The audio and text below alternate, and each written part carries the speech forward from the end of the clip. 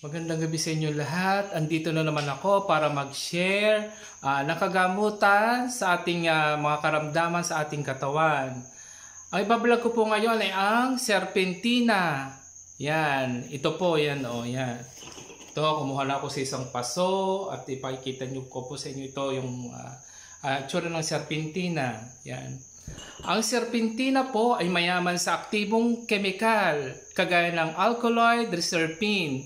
Ito po ay pangontra o panlaban sa pagkalason na dala ng ating pagkain sa araw-araw. Nasunod po ay canculitic. Means ito po ay panlaban din sa kanser, anti-cancer na to. At phytosterols, makukuha po ito sa pagkain ng prutas at gulay. Oleic acid, ito isang saturated fat na maganda o na maayos sa dugo. Maganda po siya sa dugo. Yellow crystalline, ito po ay pagpapataas ng immune system natin. At metal crystal, ito ay para maging energetic ang ating katawan pag kumain tayo ng serpentina. Yan, ito po ay merong mga kagamutan. Kagaya ng, ang una po ay diabetes. Type 2 diabetes. Pagkakain po tayo nito ng serpentina sa mga diabetes, 1 buwan lang. 1 buwan lang po. At 3 dahon sa isang araw, yun lang po kasi 1 buwan. Mas maganda po 1 buwan kasi para yung ibang sakit na dulot ng pag-take natin ng maraming gamot, kagaya ng gamot sa diabetes, maapektuhan ng atay natin, maganda po ito sa atay. Yan. Anti-cancer, kahit ano pong cancer dyan. Cancer sa suso, cancer sa uterus, cancer sa baga, lahat. Yan po ay, itong serpentina ay may anti-cancer.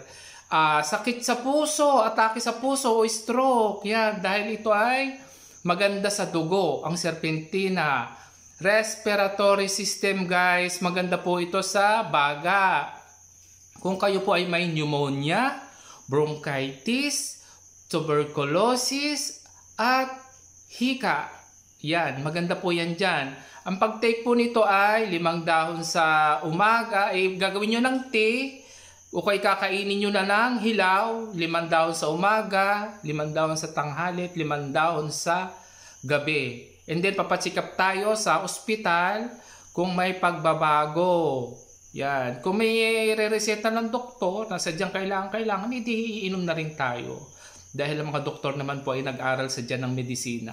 Ito po ay sadyang pangunahing lunas lang. Itong mga herbal, kung sadyang sawang-sawa na, over na sa pag-inom ng gamot. Ito po ay maganda rin sa atay kung kayo ay may hepatitis.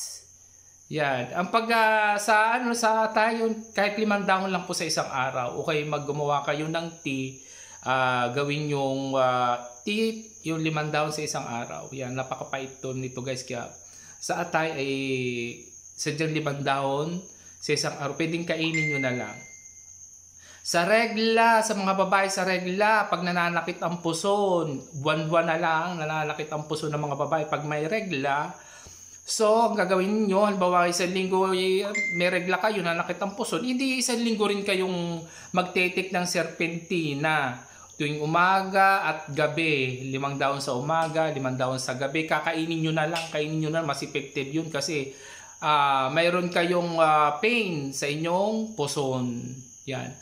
Pagtatae at saka bulati sa tiyan. Yan, dahil ito po ang serpentina ay may antibacterial at antifungal na content, ay maganda po ito sa bulati at pagtatae. Patay ang bulati, lalabas talaga sa bituka kapag kayo ay kumain ng serpentina. Kainin nyo na lang umaga 5 piraso, tanghali 5 piraso, gabi 5 piraso.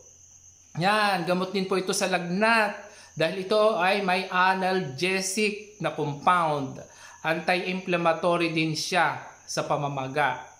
Yan, maganda rin po ito sa malaria dahil nga ito may antibacterial at antifungal na content.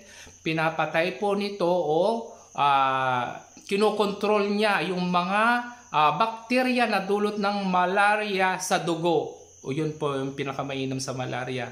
Yung ganun din po, 5 dahon sa umaga, 5 dahon sa tanghali, 5 dahon sa gabi. And then papacheck up tayo sa ospital kung sadyang malala na, re-resetahan naman tayo ng doktor kung anong iinumin natin para sa malaria. Pain reliever, maganda rin po itong pain reliever kasi mayroon nga pong itong anti-inflammatory na content.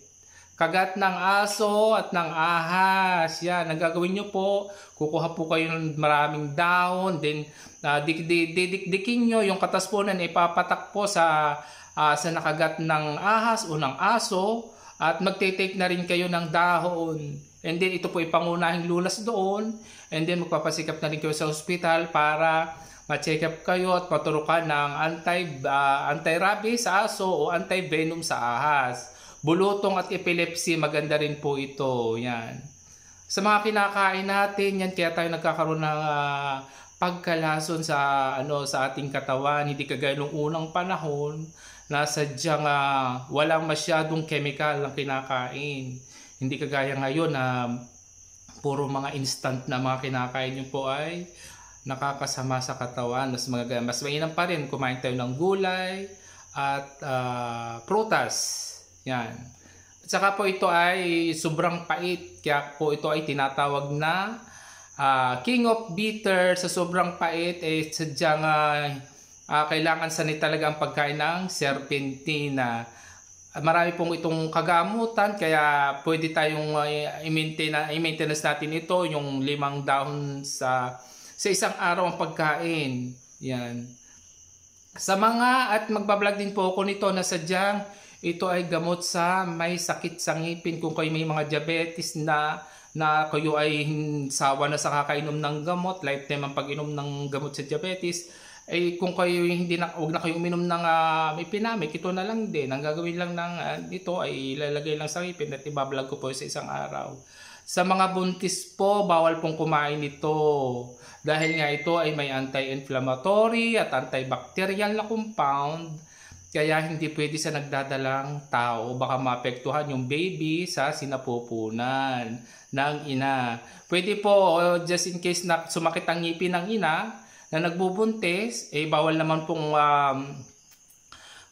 pong uminom ng kahit anong klase ng gamot sa nagdadalang tao. Pwede po itong sa mga nagdadalang tao, sumakit ang ngipin, ibablog ko na rin po kung paano ito gamitin sa masakit ang ngipin. Basta sa mga buntis, ibababad lang sa sirang ngipin, tapos wag nyo lulunukin, iduduwal nyo o imumumog nyo. Kasi pag nalunok nyo, pupunta pa sa internal organ nyo, baka maapektuhan yung baby. Siyempre pag masakit ang ngipin, hindi mo matitiis ang sakit ng katawan, dala ng sakit ng ulo at ng katawan. Kaya mas mainam po serpentina ang i-take nyo pag masakit ang ngipin. Kung ayaw nyo uminom ng Mepinamic o pain reliever. Yan. At dahil dyan, meron akong dahon ng serpentina. Hindi na ako nag-vlog ng pagluluto dahil hindi naman masyado itong hindi na kailangan maglaga dahil mas mainam ang kakainin ang dahon ng hilaw. Ito ang ginagawa ko po, maintenance ko ito mga 2 weeks. Pampataas na rin ang immune system, free radicals, pagpatanggal ng free radicals, ito, pinapalaman ko siya sa tinapay. Yan, 1, 2, 3, 4,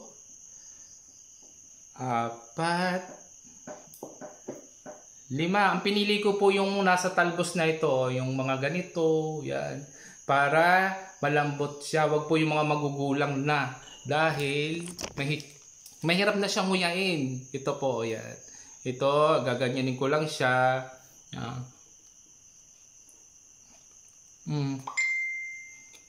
Hindi na siya masyadong lasa ang tait. Gawa-gawaan din ng paraan. Dasal-dasal din sa Diyos kung anong dapat gawin para maibsan yung pait. Pray lang tayo kay God sa ating mga karamdaman dahil ang karamdaman natin ay tumipray ka kay God, nasa paligid lang din ang kagamutan.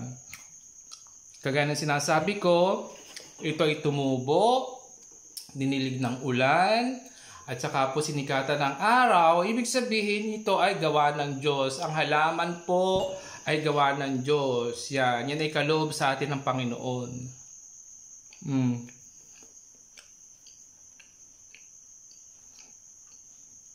Wala akong craving tubig. Pero, okay na kahit walang tubig. Yun lang po at magandang gabi po sa inyo.